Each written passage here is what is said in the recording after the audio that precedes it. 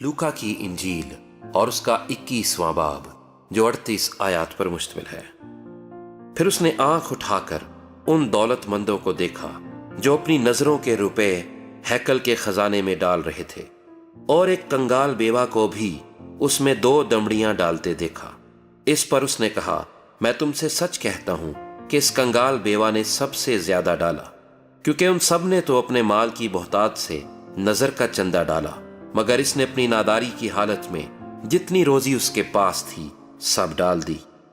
और जब बाज लोग हैकल की बाबत कह रहे थे कि वो नफीस पत्थरों और नजर की हुई चीजों से आरास्ता है, तो उसने कहा,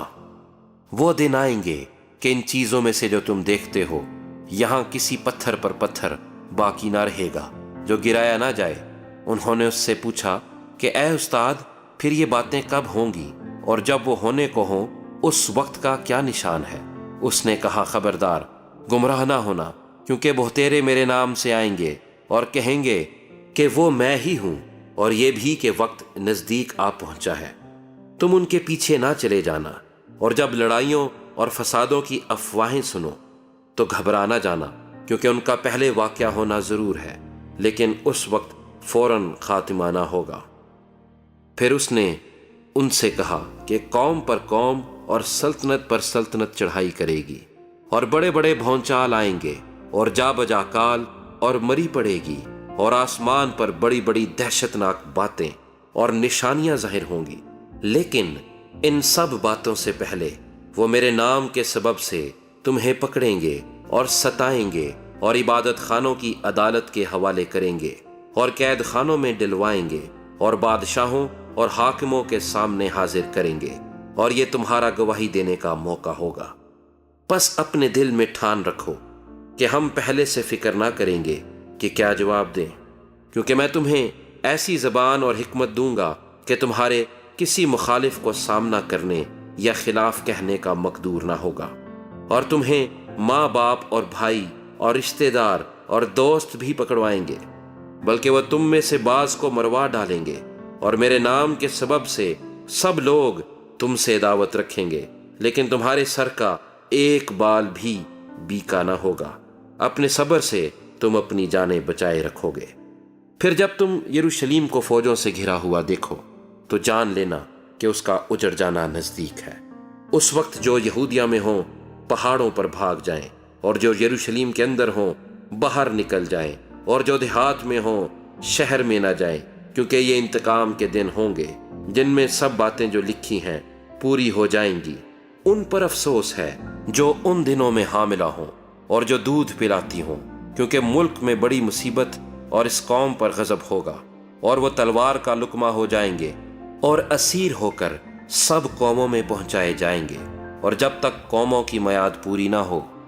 यरूशलेम गैर कौमों से पामाल होता रहेगा, और सूरज और चांद और सितारों में निशान जाहिर होंगे, और जमीन पर कौमों को तकलीफ होगी, क्योंकि वो समुंदर और उसकी लहरों के शोर से घबरा जाएंगी, और डर के मारे और जमीन पर आने वाली बलाओं की राह देखते देखते लोगों की जान में जान ना रहेगी, इसलिए कि आसमान की कुव्वतें हिलाई जाएंगी। उस वक्त लोग इब्ने आदम को कुदरत और बड़े जलाल के साथ बादल में आते देखेंगे, और जब ये बातें होने लगें तो सीधे होकर सर ऊपर उठाना, इसलिए कि तुम्हारी मखलसी नजदीक होगी।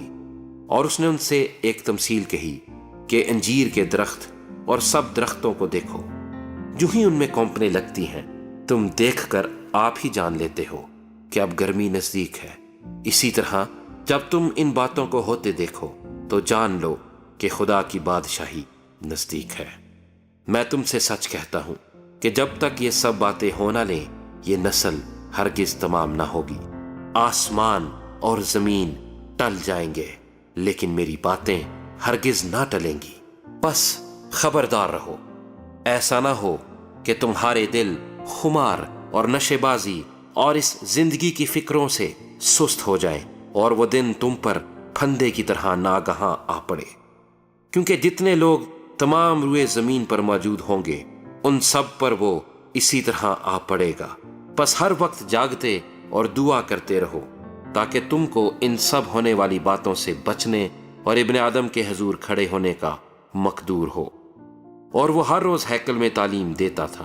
اور رات کو باہر جا کر اس پہاڑ پر رہا کرتا تھا جو زیتون کا کہلاتا ہے، اور صبح سویرے سب لوگ اس کی باتیں سننے کو ہیکل میں اس کے پاس آیا کرتے تھے۔